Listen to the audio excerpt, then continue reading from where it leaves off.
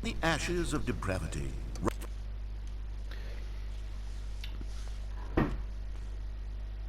Starting recording in 5, 4, 3, 2, 1. G'day guys, my name's 3Jad21 and welcome back to the Stanley Parable Ultra Deluxe. If you guys remember from last episode, we started seeing the new content in the game, and it's very meta and I'm really enjoying it so far. And we've got this skip button, and I'm going to have to press skip on the narrator again because he's looping dialogue again. So let's get to it, shall we? Rises the phoenix of... Okay, welcome back, Stanley. Now, I should say that the amount of time the button has been skipping through is becoming longer and longer. That last one was, well, I want to say maybe 30, 45 minutes. It's not unendurable by any means, but it's, well, there's really only so much I can ramble on to myself about. I know, it's shocking, isn't it? But at any rate, I do suggest that we not press the button again. Okay. I think the skip button has been aptly demonstrated, and we can say goodbye to it and just... Wait. How do we get out of here? Where did the door go? Fuck. Wasn't there a door that led into this room? There was. I do feel quite certain that there was one here before. How else would we have gotten into the room in the first place? I don't think one can enter a room without a door of some sort, or a window or something like that. Do you see a window anywhere? A porthole? A sufficiently large crack in the wall? I'll take any of these. All I want is for us to move on and to please step away from the skip button, to go anywhere other than the skip button. There was a door here before, wasn't there? I swear there was. Where did it go?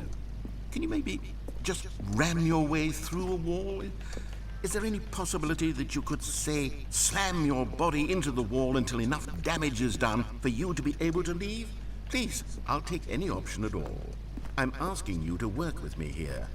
We need a door. We need a door of some kind. I can work with any kind of door, as long as it can open and lead from one room to another. I'm going to step away for just a moment, and I'm going to try to find us a door. I don't know how exactly to remove a door and place it in a different wall, but I will find a way, I promise. You just need to not do anything. Don't press the skip button. Please, please, please do not press the skip button. Just wait here for me, and don't press the skip button. Okay. Got it? Yes. Yep. Good. I'll be right back. I don't know how long this is going to take, but I'll sit here. So, yeah, I guess we just wait for the narrator to say something else. I guess. Okay, I'm starting to get bored. I know it's only been 3 minutes, but I'm just going to press the skip button. Stanley, please don't push the button again. It's been 12 hours. You've just been frozen there. I don't know why the skips are getting longer, but they're really, truly getting longer, and my God, there's no way out of the room. Stanley, the door is gone. It's completely gone. I've looked at it from every angle. I've checked every one of those walls 1,000 times, and there's no door, Stanley. There's no door. There's just you and the button, and if you keep pressing it, I have no idea what will happen. I have no idea how long I'll be made to sit here, and more than anything else, I don't know how to stop you from pressing the button again. I can't control anything in this room, Stanley. I can't touch it, and I have to believe, I have to know that sooner or later, no matter how much I plead with you, you're going to press the button again. Why would you? I've been thinking and thinking, and I don't know what I can do to convince you otherwise. Oh my God. And it's all because of those reviews that I couldn't get out of my head. I just couldn't ignore the negative feedback. Why was it so important for me to fix the problem? Why did Cookie Nine's opinion matter so much to me? I've never even met Cookie Nine. I have no idea who they are. What would it ever really matter? But here I am. I'm fixating on every tiny negative thing that anyone ever says about me. The merest mention of one of my imperfections, and I become as impetulant as a child, wild and impulsive. I can't help myself. I can't stop myself from lashing out with a vengeful fury to alter and to change and to break anything unbroken, if only it pleases this one person who made a single negative comment. What does such an impulse serve? Not sure. For whose benefit is this? And here I am now, stuck in a room, waiting for you to press this button, and to become frozen in time, knowing that you're going to do it, and that I'm going to be stuck all alone, and that I had the power to prevent it all from happening, if only I'd held my tongue. It's all out of my control now. Just you. Just your decision as to exactly when you're going to make me suffer, to leave me all alone. Surely you will. I don't doubt it. Surely you'll press that button again, leaving me here. And surely you'll put your own desire to see what's next ahead of my need for company, for companionship. Surely you'll not be moved by my howls of fitful anxiety that you sit with me and just stay here. Oh, no, no, no, I know you too well. You'll be leaving me. Oh, my God. And it's all because of those reviews. Those reviews that I could... Oh, Stanley, you're back. You're back! Oh my goodness, I have someone to talk to again. Stanley, I think it's been a week. Or 2 weeks? I've been sitting here all that time. Just sitting here, not a single person to speak with. And you'd think that that's just how it's always been, right? Me talking, and you saying nothing. Would you think that it's exactly the same as always? Doesn't that feel like what we've already been doing? Me just talking? But it isn't, Stanley. It isn't the same at all. It isn't even close. Because I know you can't hear me once you push that button. That's what I'm realizing now, Stanley. I'm realizing that I needed to know that someone was listening. I needed there to be a vessel through which my words were moving. It was the vessel I needed, Stanley. Not the outcomes, not the story. None of that matters anymore. I'll give it all up. I'll give up every branching path. I'll burn my story to the ground. One single thing I need, and God, I can see now that I need it more than anything, is to know that someone else is taking it in. These words that I'm saying, I need to know you can hear me. Because maybe, Stanley, maybe, if you can hear me, then maybe it means I'm real. Maybe I'm not just a fiction. Was I scared of that all along? Perhaps, yes. Perhaps I've been scared this whole time, that if I stop speaking, I'll slip backwards into the silence and be consumed by it. I can't be taken by it, Stanley. I can't lose myself in the stretch of emptiness between you and me. When you press that button, you're still right there, but I know you're so tremendously far away. And in those moments, the emptiness folds itself outward in between the two of us, and I am suspended in its unyielding quietness. I can feel the edges of my reality curdling inward and decaying. I can tell that I am becoming less and less real. Yet to speak to you now, I am alive. I am truly and completely here. I am a being. I am someone. I am something. I am being listened to. I am being recognized. The emptiness between us has collapsed, and I feel right now like I am not a work of fiction. I feel as though I occupy space in this world again, and I have cast a shadow onto the wall. You see what I'm saying, don't you? You can see what this means to me. I'm so clear about it now, Stanley. I feel as certain about this as I've ever felt about anything at all. I feel renewed. I feel restored, and already I can sense the looming silence as you will press the button for the next time. What a terrible dread it strokes in my heart to think of it. To think of returning to such coldness. Come, let us sit in silence together here for just a moment. Let us anticipate it. Let us welcome it. Let us not run from it. Oh man, this is giving me similar vibes to that ending where we committed a suicide. The narrator's lonely without Stanley, and so when Stanley isn't there, it fucks with him, you know? And it really makes you wonder, like, God, can you imagine being in the narrator's situation where all he knows is this world, and really the only thing that's keeping him sane is Stanley. And now Stanley has the ability to just completely shut himself off from the narrator. To know that you're just eternally, like you're alone and you don't even know how long you're going to be alone for. Like you're just stuck in silence and darkness. Like that, oh man, it's fucked up. And the thing is, I want to press the button, but he also said, let's be in silence for a moment. So, how long do I need to wait? And if I press it one more time, am I never going to come back? Is it just going to skip everything until the game restarts?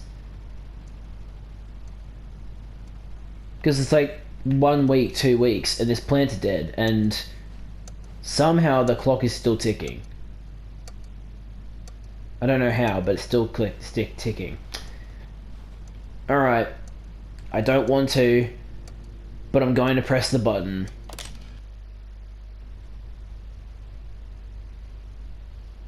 Oh, hello. It's you. You're here again. Welcome. I have had time to think about you and about us and about everything we've been through. I've had so much time, I stopped keeping track after a year. Have you ever sat down in one place and not moved for one entire year? Let me describe it for you. To begin with, there is only regret. There is only the turning wheel of missed opportunities. I felt nothing at all but regret for the longest time, Stanley. Days, months. I lost it all in a blur of the deepest longing to undo the past. And when that feeling had begun to subside, what took its place is what I can only describe as the collapse of every moment I have ever experienced my entire life. All of them collapsed down into a single instant. In that instant, I could see myself clearly, calmly, with a collected heart. It was an impossibly rich wellspring of both delight and disgust simultaneously. I was consumed by it. I could do nothing but wallow in it for what felt like an eternity, for what I now know was far less. You see, it was a revelation for me. It was unlike anything I had ever known. It was a space without consequence, without action or outcome. It was divorced entirely from the question of free will that you and I have squabbled over for so long. There could be no one ending, no singular outcome of events, not if all events existed in the same moment. And I felt freed. I felt unburdened by the need to manifest a particular outcome into being. I saw that I could allow myself to exist along all timelines, and that each of them was simply a strand in the web of my being. It was incredible. The spaciousness, the equanimity of the moment, both singular and infinite. For the longest time, this was my experience. And then, this moment passed, and the most unyielding fear I have ever known crept into my mind. And it is this sensation that I have been experiencing now for longer than I could have ever expected was possible. I have been waiting for you. Not that you might save me or do something to fix it, but merely to state for you the plain fact of this manner of existence. I wish you to feel afraid as I do, that perhaps one day this state of mind will consume you as well. Perhaps you will somehow, in some way, have to live as I do now, and I wish for you to know how excruciating it is, and for you to be in true terror of its eventual arrival. If I can only do this, only this one thing, perhaps it will bring me the smallest moment of peace in the darkness.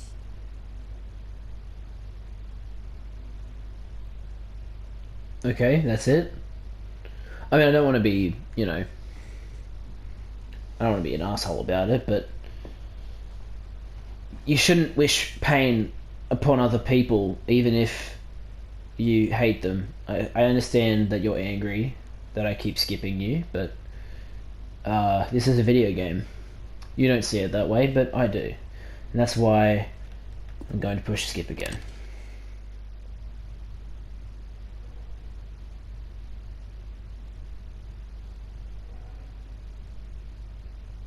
What is that noise? Is he not even going to talk anymore? Jeez. That's intense.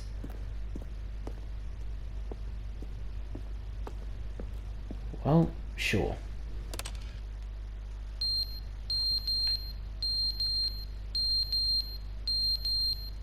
Is that a smoke alarm?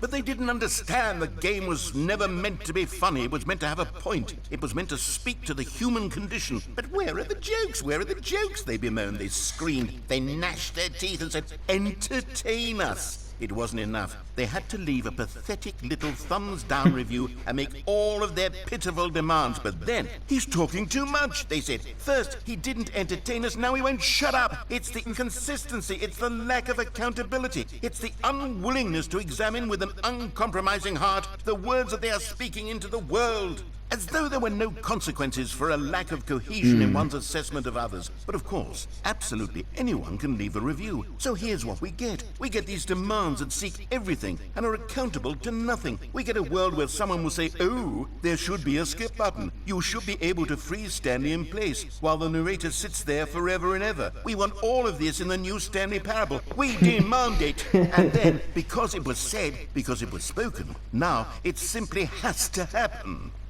The most immediate desires, every single thing demanded by every person at every moment in time. If someone wants it, then it's a crime not to bring it into being. Have we been given to indulging every fleeting whim for no reason other than to do so? Yes! Yes! It seems that this is now the world we live in. It seems that we are a people living in such bleakness and discomfort with ourselves that our entertainment is now our lives. It has come to represent us. It absolutely must speak to who we are as people, because otherwise, without our entertainment, we have nothing. Without entertainment, we would have to face inward toward the cruel bleakness inside ourselves. We would turn to look at our deeper nature and find a resounding emptiness gazing back with unyielding aggression. And so because of this, we require that our amusements and our playthings and our flights of fancy be so impossibly captivating that they consume all of our attention, turn our heads completely away from the bleakness. In effect, we have demanded that our entertainment be the collapse of ourselves. What a pitiful reflection of humanity these entertainments are. What a shameful mirror to the human spirit they project. I'm not mad. I'm not mad about any of this. I'm at peace with it. I am the calm center of gravity around which these perversions hurl themselves. I am a waypoint for reasonable and collected discourse. They're the ones who are mad. They're the ones who couldn't stand the idea of me using my game to try to say something. Maybe they were just jealous of me. Yes. Yes, of course. They've been jealous of me this whole time. They are mired in fear and insecurity and cannot help but attempt to tear me down. What a sad state of affairs. When you read these reviews now, you can see it. You can taste the bitter resentment. And my, how good does it feel now to speak truth to these words, to finally allow these thoughts out, contained and managed for so long, neutered and sterilized. At last I am free to truly think, to feel. It must be that they were so discontent with themselves that they couldn't help but leave a negative review on pressurized gas. Perhaps it says far more about them than it ever said about me. Perhaps the state of their psychological being was in such tatters, and my constitution and willpower are so ironclad in comparison. Perhaps it was this state that they sought some outlet through which to tear me down. This, you can see, is clearly why they felt the need to expect that the game be funny, that it be filled with yucks and whimsical humor, but they didn't understand the game was never meant to be funny. That was very deep. I heard a water drip. Where was that?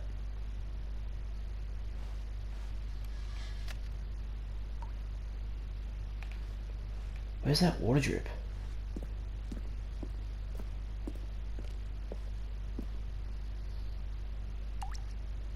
It's right near me. But I can't see shit.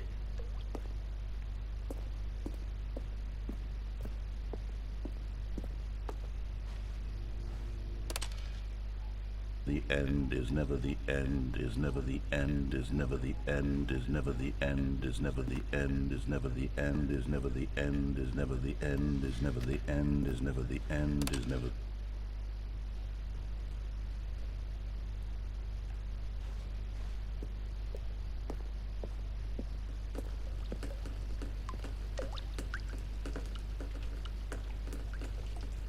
Maybe you guys can see it on your screen, but on my screen I can't actually see where this water is dripping from.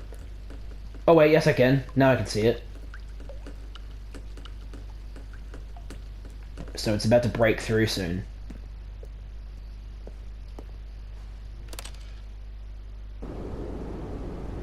Hey. So we able to get out yet?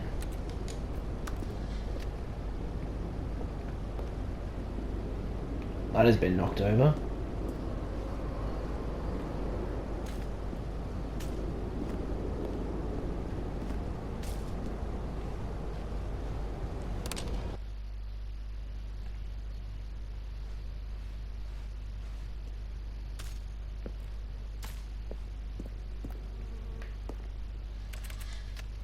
How do I get out?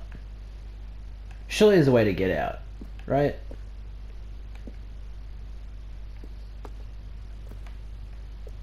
It doesn't look like it. Alright, let's keep skipping. Ooh.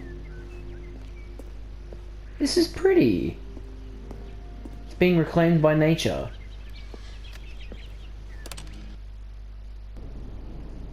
Oh, now it's gone. Damn it.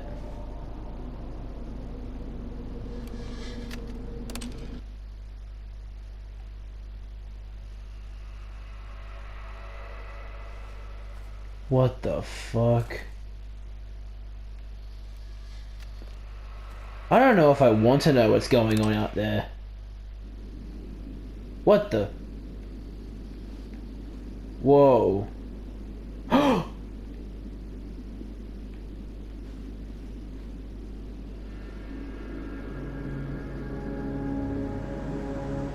We escaped. We're in the desert for some reason.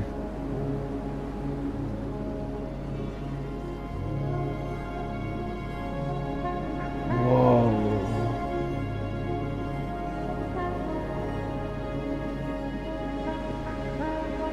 I wasn't expecting this when I bought the Stanley Parable Ultra Deluxe, but wow.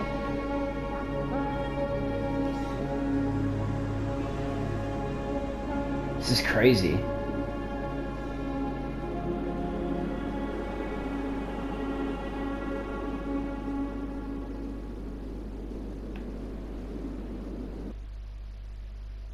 And that's the end. Wow. That was something else. That was a very, very long ending, but we got there eventually.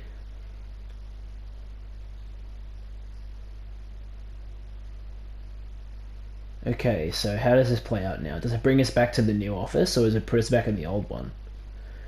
That's the thing I'm curious about. We're back in the old office. Okay, there you go. So I can go back to doing all the old endings. Okay, good to know. Wait, Stanley thought to himself. Am I sure that the orders stopped coming in? How is that possible? They never stopped. Surely I was mistaken.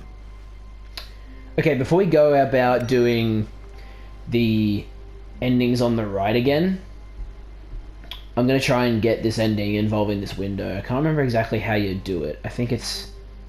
There's like a way you can clip your way onto the... Here we go. And then you crouch and we fall out the window. At first, Stanley assumed he'd broken the map until he heard this narration and realized it was part of the game's design all along.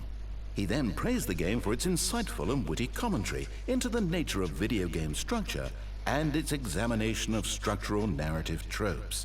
So, now that you're here, what do you think? Isn't this a fun and unique place to be? Why don't we take a minute just to drink it all in?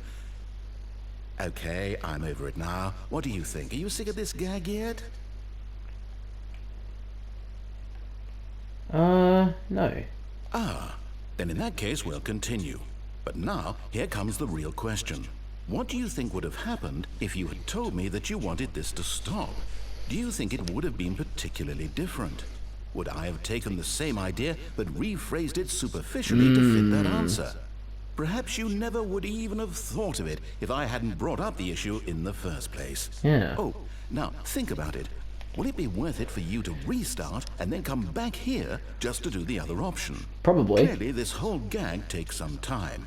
What if the other option is even longer?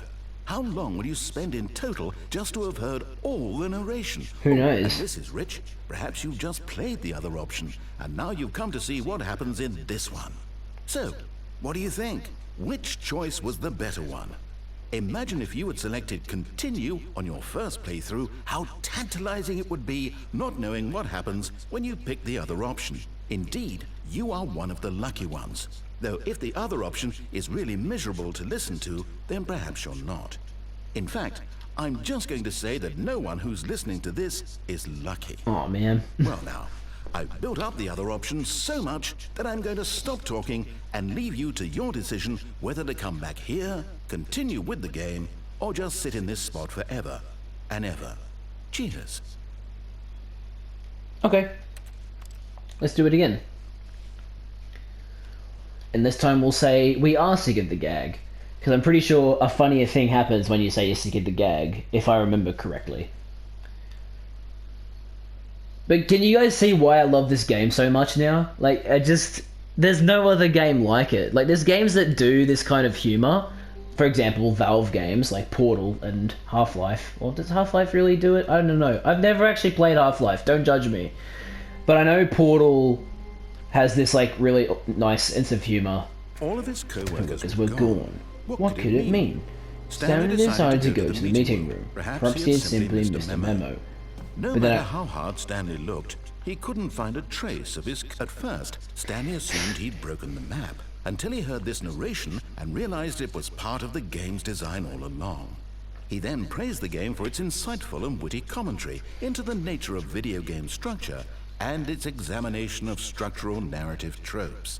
So, now that you're here, what do you think? Isn't this a fun and unique place to be? Why don't we take a minute just to drink it all in? Okay, I'm over it now. What do you think? Are you sick of this gag yet? Yes. Well, I don't know how to say this politely, but you could literally just restart the game any old time you want. Like, right now. You could have done it just then. Now would also be an appropriate time to quit. Any of these points and so many, many more, all of them are appropriate.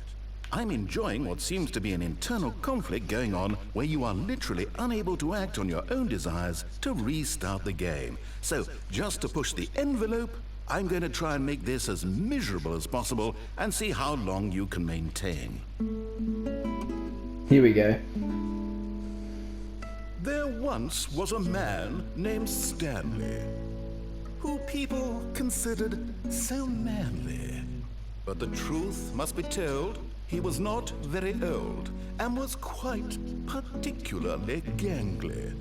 What Stanley liked most was buttons. He pushed them like some kind of glutton. He did it all day in a meaningful way, but his brain had long ceased to function. Which is why he is in this parable and lives an existence quite terrible. And if you are not strong and keep playing along, you too will become quite unbearable. Yes. You too will become quite unbearable. Thank you.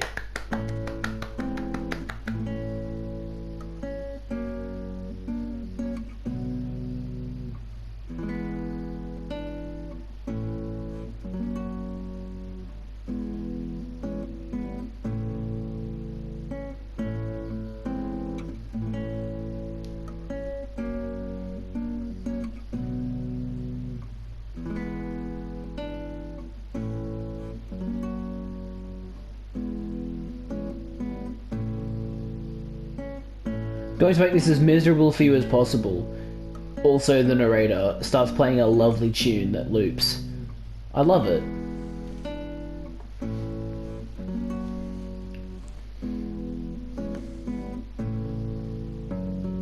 That seems like a good time to restart. Let it loop a couple times. Alright. Now let's go back to doing what we were doing, where we go to the right path and do some different things.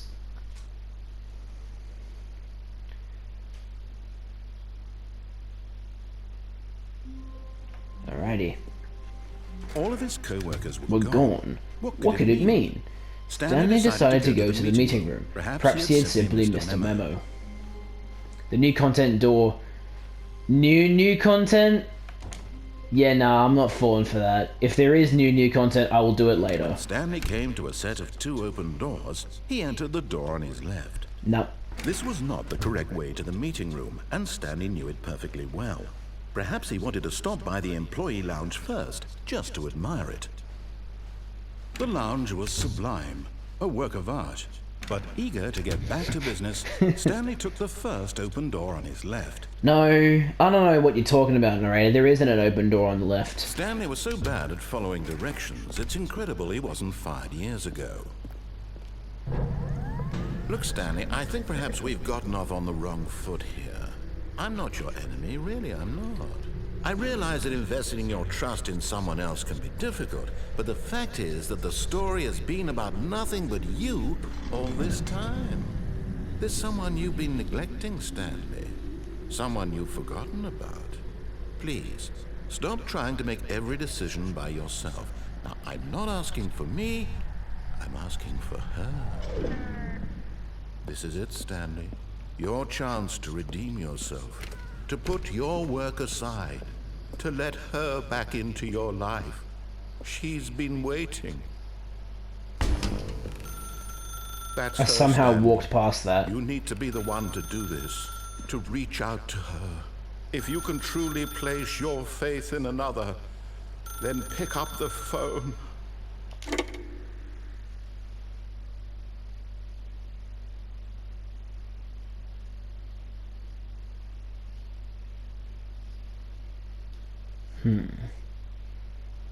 This is taking a while to load. Oh, there we go. Oh, Stanley, is that you? Hold on, sweetie. Sorry to keep you waiting. I'm just pulling the bread out of the oven. All right. Okay, there we go. All right, now, I want you to come in and tell me all about your day. Gotcha. Oh, come on. Did you actually think you had a loving wife who'd want to commit their life to you? I'm trying to make a point here, Stanley. I'm trying to get you to see something. Come inside. Let me show you what's really going on here. You're fucked up, narrator. This is a very sad story about the death of a man named Stanley. Good morning, employee 427. Press the right on your D-pad. Stanley is quite a boring fellow. He has a job that demands nothing of him, and every button that he pushes is a reminder of the inconsequential nature of his existence. Please press square. Look at him there, pushing buttons, doing exactly what he's told to do. Now he's pushing a button. Now he's eating lunch. Now he's going home. Now he's coming back to work. One might even feel sorry for him, except that he's chosen this life. Please press up. But in his mind, in his mind he can go on fantastic adventures. From behind his desk, Stanley dreamed of wild expeditions into the unknown, fantastic discoveries of new lands. It was wonderful. And each day that he returned to work was a reminder that none of it would ever happen to him. Please press up to watch TV. And so he began to fantasize about his own job.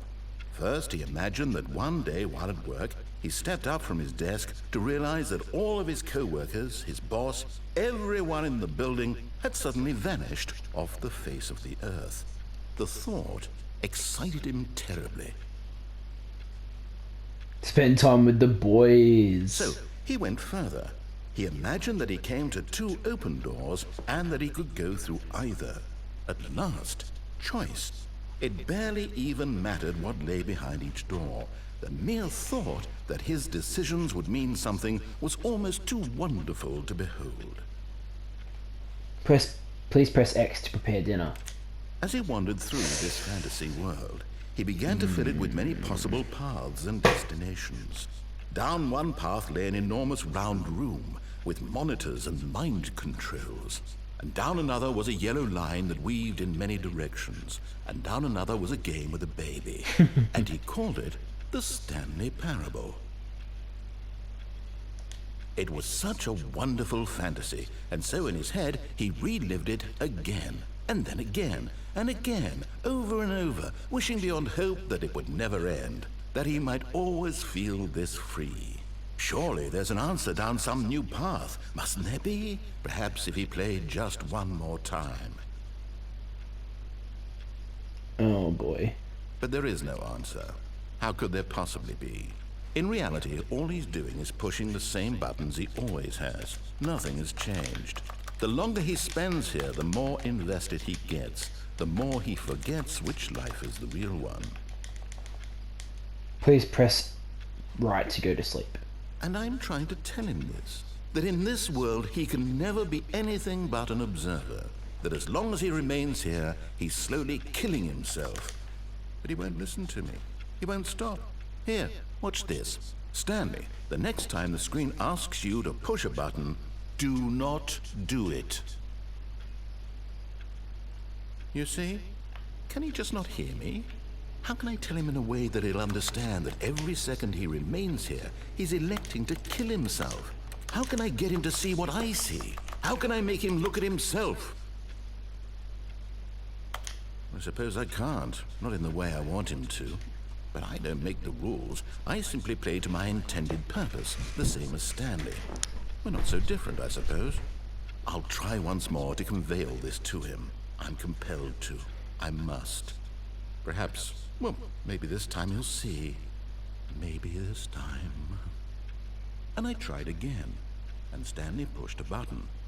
And I tried again, and Stanley pushed a button. And I tried.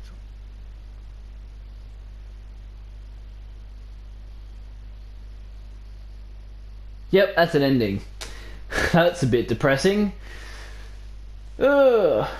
Right. Well then, on to the next one. Now, you're probably thinking, what's the next ending? Well, there is actually a little something we can do in that room with the telephone, so we're going to go do that. All of his co-workers Were gone. What could it mean? Stanley decided to go to the meeting room. Perhaps he had simply missed a memo. Is my imitation of that pretty good? I hope so. When Stanley came to a set of two open doors, it's not the correct way to the meeting room, and Stanley knew it perfectly well. Perhaps he wanted to stop by the employee lounge first, just to admire it. Standing now in this incredible room, Stanley for the first, but eager to get back to business, Stanley took the first open door on his left. No. Disagree. Stanley was so bad at following directions, it's incredible he wasn't fired years ago. Look, Stanley, I think perhaps we've gotten off on the wrong foot here. I'm not your enemy, really, I'm not. I realize that investing your trust in someone else can be difficult, but the fact is that the story has been about nothing but you all this time. There's someone you've been neglecting, Stanley. Someone you've forgotten about. Please, stop trying to make every decision by yourself. Now, I'm not asking for me, I'm asking for her. This is it, Stanley. Your chance to redeem yourself. To put your work aside. To let her back into your life. She's been waiting. That's her, Stanley. You need to be the one to do this. To reach out to her. If you can truly place your faith in another, then pick up the phone. As Stanley picked up the phone, a white light engulfed him, filling him not just with radiance, but with hope. Hope for a life reunited one... Wait. Oh, goodness. Stanley, did you just unplug the phone? No, that wasn't supposed to be a choice. How did you do that? You actually chose incorrectly. I didn't even know that was possible. Let me double check. I love this. I love this ending a lot. Stanley picks up the phone. He's taken to his apartment where he finds his wife, and the two pledge themselves to one another. Music comes in, fade to white, roll credits. Wrong. Not picking up the phone is actually somehow an incorrect course of action. How is that even possible? None of these decisions were supposed to mean anything. I don't understand. How on earth are you making meaningful choices? What did you... Wait a second. Did I just see... No, that's not possible. I can't believe it. How had I not noticed it sooner? You're not Stanley. You're a real person. I can't believe I was so mistaken. This is why you've been able to make correct and incorrect choices. And to think I've been letting you run around in this game for so long. If you've made any more wrong choices, you might have negated it entirely. It's as though you completely ignored even the most basic safety protocol for real-world decision-making. Or did you not grasp the severity of the situation? Well, I won't have that kind of risk on my watch. I'm going to stop the game for a moment so we can educate you properly on safe decision-making in the real world. Please observe this helpful instructional video.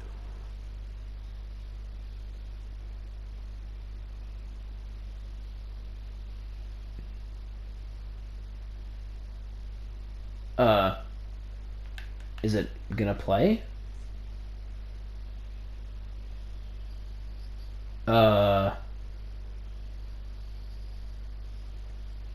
This is taking a little long.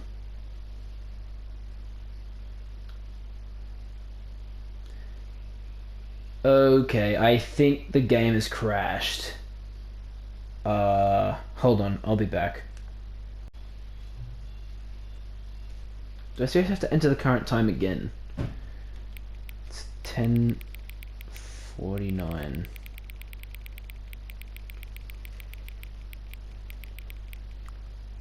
Wait.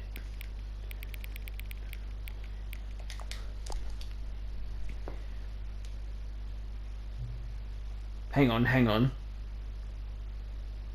What? Before we get started, can I just say something? Okay, so I had to restart the game because it's, you know, something silly. But, yeah, this is different, so I figured I'd say this. Before we get started, can I just say something? Thank you for actually setting the clock both times you've booted up the game. Yeah, no worries, man. A lot of people don't take that step seriously. They just leave the clock set at 12 and call it a day. But you're actually taking the time to set the clock, and I appreciate that. That's how I know that you care about this experience. You're paying attention. I don't even have any way of knowing if the times you're setting are correct. Tell you what, I'll make you a deal. Since you've been so cooperative, next time you boot up the game and set this screen, just set the clock to your favorite time. Go ahead, pick it whichever time you want. Even if it's not the correct time, you've earned it. Alright, let me get back to the video game now. Well, that was interesting. I did find it a bit weird that they asked me to set the time a second time, but there you go. That was a fun little thing. If anything different happens next time, I'll let you guys know. Anyway, I now have to get back to the point in time that we were to try and get that ending again. So I'll see you guys then. That's her, Stanley. You need to be the one to do this. Oh, no, you can't. Did you just unplug the phone? No, that wasn't supposed to be a choice. How did you do that? You actually chose incorrectly? I didn't even know that was possible. Let me double check. No, it's definitely here, clear as day. Stanley picks up the phone. He's taken to his apartment where he finds his wife, and the two pledge themselves to one another. Music comes in, fade to white, roll credits. Not picking up the phone is actually somehow an incorrect course of action. How is that even possible? I don't know, man. None of these decisions were supposed to mean anything. Oh, that's right. It's because I'm a real person. How on earth are you making meaningful choices? What did you... Wait a second. Did I just see... No, that's not possible. I can't believe it. How had I not noticed it sooner? You're not Stanley. You're a real person. I can't believe I was so mistaken. This is why you've been able to make correct and incorrect choices. And to think I've been letting you run around in this game for so long. If you've made any more wrong choices, you might have negated it entirely. It's as though you completely ignored even the most basic safety protocol for real-world decision-making. Or did you not grasp the severity of the situation? Well, I won't have that kind of risk on my watch. I'm going to stop the game for a moment so we can educate you properly on safe decision-making in the real world. Please observe this helpful instructional video. Surely it works this time. I'm going to give it 20 seconds. If it doesn't do it in 20 seconds, I'll just have to admit that this is bugged and that I'll have to come back later when this is fixed. No, okay, this is bugged. We're just going to have to do this ending a different time, because I can't do it, apparently. with that being said, I think this is probably a good time to end the video. Sorry that we had to end it so badly. But, yeah, thank you guys so much for watching this video. I hope you did enjoy. I've been really enjoying this new content, man. It's been so fun. And just to be able to play Stanley Parable again, it's always so nice. So thank you guys so much for watching this video. I hope you did enjoy. And as always, I'll see you guys in the next one. Bye!